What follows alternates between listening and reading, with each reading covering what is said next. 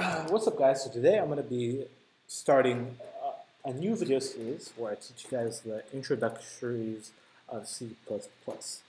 Now, first of all, what is C++? C++ is what we call a high-level object-oriented programming language. Now, essentially what that means is that C++ allows you to design your programs around things that are called objects.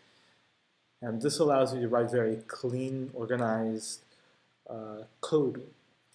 And now, what is C++ used for? C++ is used basically in any kind of application in which you need your program to be very intensive, you need it to run a lot of computations very fast, and you essentially any kind of program where the main focus is speed, C++ is going to be one of the top choices for you.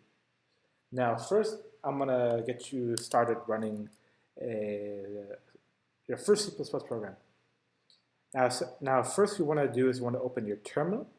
Now, you could do that by essentially bringing your mouse to the top of your key, clicking what is called terminal, and click new terminal. I've already done that. I already have my terminal open here. And now, first of all, if you have Homebrew installed already, you could skip ahead a minute. But I'm going to show you first how to install Homebrew. Homebrew is what is called a package manager for macOS, for MacBooks, which means that it's gonna be the main way through which you install a lot of software that you are going to be using in your development. Now, to install Homebrew, you're gonna do something called //. As you can see, I already have the command pre-written down here because it is a lot to remember, but you're going to do //bin/bash -c quotes $, parentheses curl -fssl, and we could essentially just copy and paste the rest of this link here. Parentheses, parentheses, quotation marks, and you're going to run that. And this is going to ask you for sudo password. And basically what you could just do is you could just type in the password to enter into your user on your MacBook. And it'll just say this script will install all of this. This is perfectly safe to let your terminal install. I'm not going to let it do it because I already have it pre-installed. So I'm going to press return. Oh, I accidentally pressed enter. So I guess it's going to install it, but it's okay. It'll be good to show you guys the installation process. Okay. Now it's going to say, run these commands in your terminal to add Homebrew to your path. You basically just want to listen to it. You just want to do what it want to do what it says. I'm gonna do that. Oh gosh, you got that for Well, I guess you can just copy and paste the whole thing into your terminal. You could just do that. And now you can see that it's worked perfectly correctly. And now to check if it's installed, you're going to essentially type into your terminal brew help. And we can see that brew is perfectly installed. Now next what you're going to do is that you're going to click, type into your terminal brew install G++. Now G++ is known as a compiler. A lot of programming languages are what are called compiled languages. Essentially what that means is that you would write your code inside of your code file, then you would pass your code through compile, which translate your code from a human readable format, aka the code that you typed, into what is called a binary executable, which when you run that file, it is in a format in which your computer can understand, so it'll be able to execute the commands that you wanted to through the code that you did. So you're going to do brew install G++.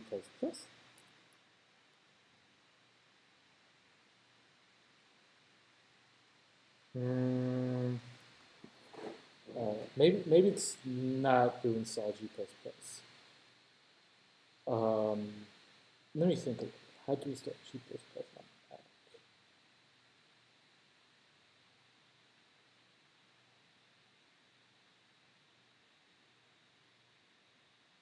Oh, actually, G++ comes with overall arcing software called GCC.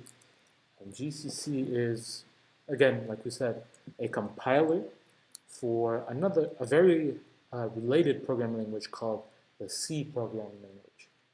So if we type in brew install GCC into our terminal, it'll install all the necessary dependencies and complete the installation for you. Now, if you are on an operating system called Linux, the process is a lot simpler, but some of the processes to complete the installation may be a little more complicated. If you guys want, I could go over it a little bit, but it's not that hard to figure out. As you can see, it installs dependencies like automate MFPR. It runs commands for you, like make install. That's a command for building software. /configure is a command for installing software. It's a very handy piece of software for Mac OS users for downloading software very easily.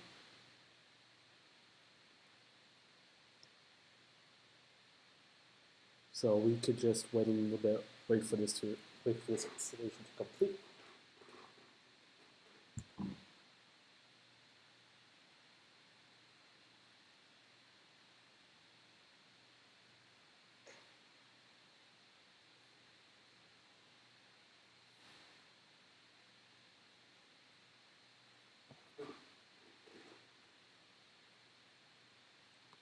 While we're here, guys, leave in the comments, like, why are you guys learning C++? I know my reasons. I learned it because I really enjoyed the opportunity it gave me to write very clean, organized code that was very satisfying to read. Not only is it good to write programs that are functional, but it's good to write code that is readable, organizable, and overall follows what are called good programming practices, which is a general set of how do you say it? Rules that one should follow to make their code bases readable. They are not really rules, but they are more or less suggestions about how you should organize your code to make your code more readable and more understandable to other people that you may work with on larger projects. Now this installation will usually complete on its own. Since it's taken a while, I'm going to interrupt it because I already have G++ installed. But once it completes, you could verify its installation by doing something called G++ in your terminal.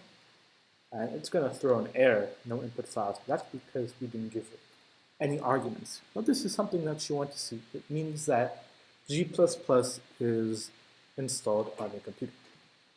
Now, we're going to head into writing our first C++ program. Now, to start, at the beginning of every C++ program, you want to put what are called library includes. The library that we are going to include is something called IOStream. Now, essentially what IOStream is, it is what is called a library And a library is essentially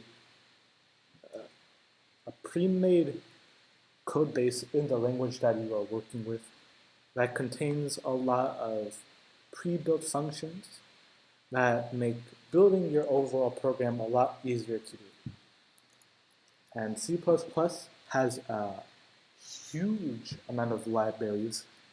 It's called one of the most popular and widely used group of libraries is called the standard library, and IOStream is part of it. It's a library that provides a lot of functions for not only inputting things to the terminal, but also outputting things to the terminal. And basically what that means is that inputting, you type things into the terminal for your program to take in, and outputting to the terminal means your program prints things to your terminal like here, for you to see. IOStream is basically a combination of two libraries called OStream and iStream. IOStream essentially just makes it a lot more readable and modular. So now, every C++ program also has to have a main function. So we're gonna start by defining our main function. Now, we're gonna get a lot more into how you define a function later in the series, but for now, all you have to know is that a main function is defined with int main, and we're gonna put the parenthesis symbol, and what are called curly brackets. So you're gonna that at the end of the main function, you always want to put return 0. We'll go a little bit more into detail into what this means later. But for now, this is essentially the bare bones structure of every C++ program. Now, we are going to type std cout. I don't really know what these are called, but they are just like little triangles. We're going to type quotation marks. We're going to type hello world, exclamation mark, those printing marks again, std, and now there we have it. We have written our first line of C++ code. Cout, basically what it cout and whatever these are called, this basically says we are going to print whatever comes after this to the terminal. And this like triangle thing, std and out, basically is going to tell our compiler, hey, we have reached the end of our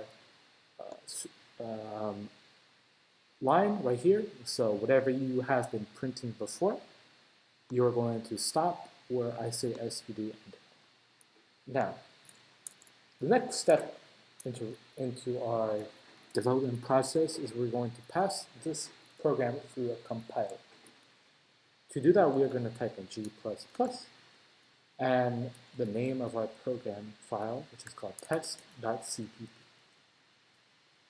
Now it's going to run, and essentially we could see right here that a new file was generated called a.out. This is a binary executable, which I mentioned earlier is how you're going to be able to run your program. Now, to run any binary executable, what you have to do is you have to type period, slash, and the name of your executable, which in our case is called a.out. And as you can see, we have hello world to our terminal. So there we have it. That is our first C++ program. Now, in the next video, we are going to get a little bit more in detail about something that are called variables, and we're going to get talk about a little bit into specifically data and what kind of types of data exist out there. All right, I'll see you.